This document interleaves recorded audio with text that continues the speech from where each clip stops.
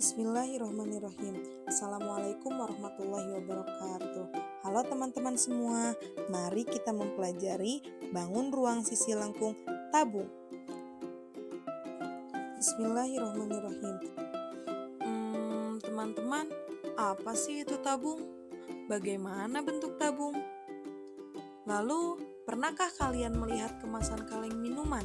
Seperti kemasan kaleng Fanta, kemasan kaleng Sprite, dan kemasan kaleng Coca-Cola, atau kemasan kaleng sarden. Menurut kalian, apa persamaan bentuk dari benda tersebut? Mari kita cari jawabannya bersama-sama. Tujuan pelajaran kita hari ini, yang pertama, mengidentifikasi bagian-bagian tabung. Yang kedua, menurunkan dan membuat generalisasi rumus luas permukaan tabung. Yang ketiga, menggunakan rumus luas permukaan tabung dalam masalah kontekstual. Yang keempat, menggunakan rumus volume tabung dalam masalah kontekstual. Teman-teman, tabung adalah salah satu bentuk bangun ruang sisi lengkung. Bangun ruang sisi lengkung itu apa sih? Bangun ruang sisi lengkung adalah bangun ruang yang memiliki sisi yang melengkung. Bangun ruang sisi lengkung itu ada 3. Yang pertama tabung, yang kedua kerucut, dan yang ketiga bola. Kemudian, apa bangun ruang sisi lengkung tabung? Tabung adalah bangun ruang sisi lengkung yang dibentuk oleh 2 buah lingkaran identik yang sejajar dan sebuah persegi panjang yang mengelilingi kedua lingkaran tersebut.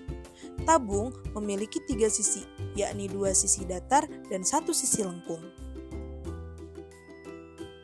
Selanjutnya, mari kita perhatikan gambar tersebut. Pada gambar ini dapat menunjukkan bagaimana bentuk bangun ruang sisi lengkung tabung. Dari gambar ini, apabila kita belah, maka kita akan mendapatkan jaring-jaring tabung. Lalu, apa saja jaring-jaring tabung? Jaring-jaring tabung itu terdiri dari 3 unsur. Yang pertama, tutup tabung. Yang kedua, selimut tabung. Dan yang ketiga, alas tabung. Sesuai dengan pengertian yang sudah kita pelajarin tadi, tutup dan alas tabung ia berbentuk lingkaran, maka tabung itu memiliki 2 buah lingkaran. Dan selimut tabung yang berbentuk persegi panjang. Nah, sekarang kita sudah bisa menjawab pertanyaan yang di awal tadi, teman-teman. Apa sih itu tabung? Bagaimana bentuk tabung? Kemudian, kita juga sekarang sudah bisa mengidentifikasi bagaimana persamaan bentuk dari kaleng minuman dan juga bentuk kaleng sarden. Bahwa persamaan dari kedua bentuk tersebut ialah sama-sama berbentuk tabung, yang apabila kita belah akan membentuk sebuah jaring-jaring yang terdiri dari tutup tabung berbentuk lingkaran, alas tabung berbentuk lingkaran, dan selimut tabung berbentuk persegi panjang. Oh iya teman-teman, ternyata kita sering menjumpai bentuk tabung dalam kehidupan kita sehari-hari. Contohnya seperti pipet sedotan, pipa air, celengan yang berbentuk tabung, tumbler minuman yang berbentuk tabung, bahkan sampai kemasan kaleng tenggo yang sering kita makan juga berbentuk tabung. Teman-teman, setelah kita mengetahui definisi tabung dan bagaimana bentuk tabung, sekarang kita akan mempelajari luas permukaan tabung. Luas permukaan tabung tidak akan terlepas dari jaring-jaring tabung. Maka permukaan tabung terdiri dari 3 bentuk bangun datar, yaitu 1. Lingkaran 1 sebagai alas tabung dengan jari-jari R1. Yang kedua, lingkaran 2 sebagai penutup tabung dengan jari-jari R2. Dan yang ketiga, persegi panjang sebagai selimut tabung dengan panjang AB sama dengan CD, atau bisa juga disebut sebagai keliling lingkaran. Dan AD sama dengan BC merupakan tinggi tabung. Mari kita perhatikan gambar tersebut dengan seksama. Maka permukaan tabung itu terdiri dari 3 bentuk bangun datar. atau terdiri dari 3 unsur jaring-jaring tabung. Yang pertama ada tutup tabung yang terbentuk lingkaran, yang kedua ada alas tabung yang berbentuk lingkaran, dan yang ketiga ada selimut tabung yang berbentuk persegi panjang. Nah, jadi teman-teman, setelah kita mengetahui permukaan tabung, sekarang kita akan dapat menentukan rumus luas permukaan tabung. Tentunya rumus luas permukaan tabung tidak akan terlepas dari jaring-jaring tabung yang terdiri dari tutup tabung, alas tabung, dan juga selimut tabung. Mengapa demikian? Karena yang namanya luas permukaan tabung, maka kita akan menghitung keseluruhan permukaan yang ada pada tabung. Baik, sekarang kita akan menemukan apa itu rumus luas permukaan tabung. Yang pertama, rumus lingkaran yang terdapat pada tabung. Karena lingkaran yang terdapat pada tabung itu ada 2, maka luas lingkaran pun akan menjadi 2. Seperti yang sudah kita pelajari, rumus luas lingkaran sama dengan VR kuadrat. Karena tabung memiliki 2 lingkaran, maka rumusnya akan menjadi 2 VR kuadrat. Kemudian yang kedua, rumus luas selimut pada tabung. Karena selimut tabung itu berbentuk persegi panjang, maka rumus luasnya pun rumus luas persegi panjang, yaitu panjang kali lebar. Jika pada selimut tabung kita dapat memperhatikan sesuai gambar, maka panjang tabung itu ialah AB atau DC. Kemudian yang mana lebarnya? Lebar pada selimut tabung itu berarti tinggi tabung. Lalu yang mana lebarnya? Lebarnya ialah BC atau AD. Maka rumus luas selimut pada tabung ialah AB dikali BC atau panjang dikali lebar. Nah, teman-teman, perlu diketahui bahwa panjang selimut tabung itu sama dengan kediri lingkaran. Maka rumusnya bisa juga dituliskan sebagai 2VR kali T. Selanjutnya, nomor 3. Mari kita simpulkan keseluruhan rumus luas permukaan tabung. Rumus luas permukaan tabung adalah luas lingkaran 1 ditambah luas lingkaran 2 ditambah selimut. Atau dapat kita tuliskan 2 luas lingkaran ditambah luas selimut. Jika kita tulis dalam bentuk rumus, maka menjadi 2VR kuadrat ditambah 2VR kali T.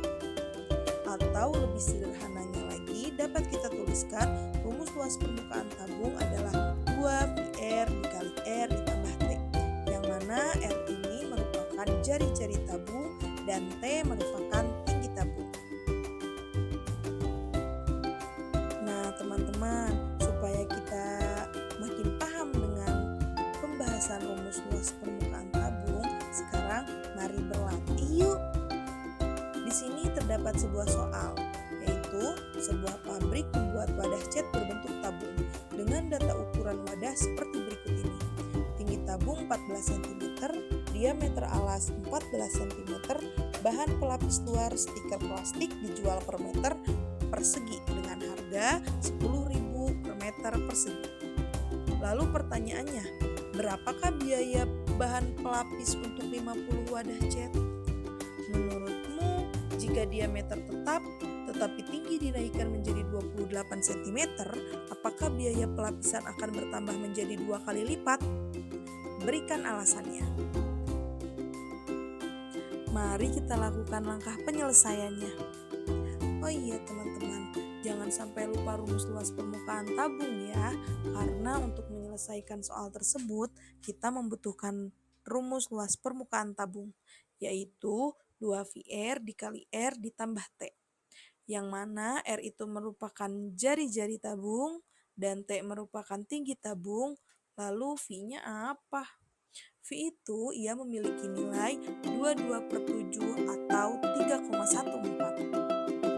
Sebelum kita menghitung, alangkah lebih baik apabila kita menuliskan informasi terlebih dahulu yang kita dapatkan dari soal. Yang pertama ada diameter. Diameternya itu 14 cm. Karena yang dibutuhkan oleh kita adalah jari-jari, maka kita harus mencari dulu jari-jarinya berapa. Ingat teman-teman, di materi lingkaran, jari-jari itu adalah setengah dari diameter. Karena diameternya 14, maka jari-jarinya itu 7. Jadi dapat kita tuliskan jari-jari 7 cm. Informasi yang kedua yaitu tinggi. Tinggi wadah yang akan dibuat adalah 14 cm. Kemudian kita akan menggunakan V dengan nilai 22/7. Mengapa 22/7? Karena kita memiliki angka dengan kelipatan yang sama yaitu jari-jari 7, maka akan lebih mudah apabila penghitungannya nanti menggunakan V 22/7. Setelah menuliskan informasi apa saja yang kita dapatkan, kemudian kita akan mulai menghitung penyelesaiannya. Yang pertama, kita akan menghitung luas permukaan satu wadah terlebih dahulu untuk mengetahui biaya 50 wadah. Mari kita tuliskan rumus luas permukaan tabung, yaitu 2VR dikali R ditambah T. Kemudian kita masukkan angka-angkanya menjadi 2 dikali 22/7 dikali 7 dikali 7 ditambah 14. Kemudian kita akan mendapatkan hasilnya, yaitu 924 cm persegi. Jadi kita mendapatkan satu ukuran wadah yaitu 924 cm persegi. Karena kita ingin mengetahui biaya untuk 50 wadah, maka kita perlu mengkalikannya dengan 50. Jadi 50 dikali 924 sama dengan 46.200 cm persegi. Kemudian kita akan ubah menjadi meter persegi, menjadi 4,62 meter persegi. Mengapa dirubah ke dalam bentuk meter persegi satuannya? Ingat teman-teman, kita mendapatkan informasi bahwa stiker itu harganya 10.000 per meter persegi. Karena informasi yang didapatkan meter persegi, maka kita rubah dari sentimeter ke meter persegi. Kemudian kita kalikan 4,26 dikali 10.000 sama dengan 46.200 rupiah. Jadi biaya untuk 50 wadah ialah 46.200 rupiah. Kemudian kita akan menjawab persoalan selanjutnya. Bagaimana jika tinggi menjadi 28 cm? Nah, di sini kita akan menghitung kembali menggunakan rumus luas permukaan tabung. Kita tuliskan kembali 2VR dikali R ditambah T. Kemudian kita masukkan angka-angkanya. 2 dikali 22/7 dikali 7 dikali 7 ditambah 28.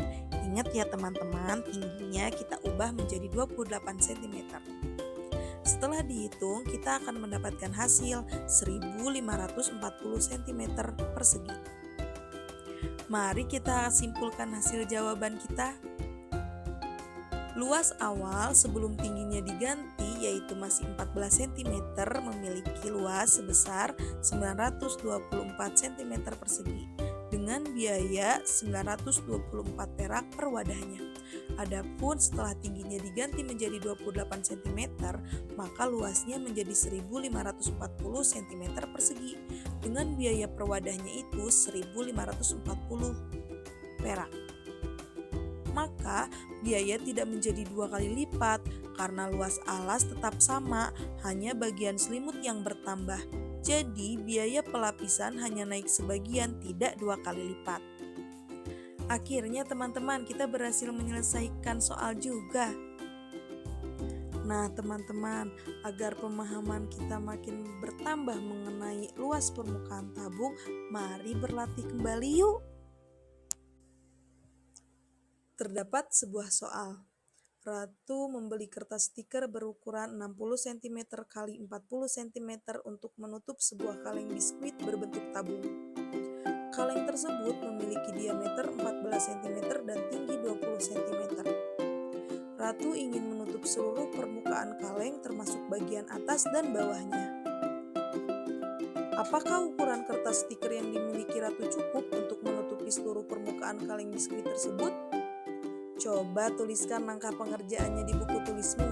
Jika sudah menemukan jawabannya, pilihlah pertanyaan yang sesuai dengan jawabanmu.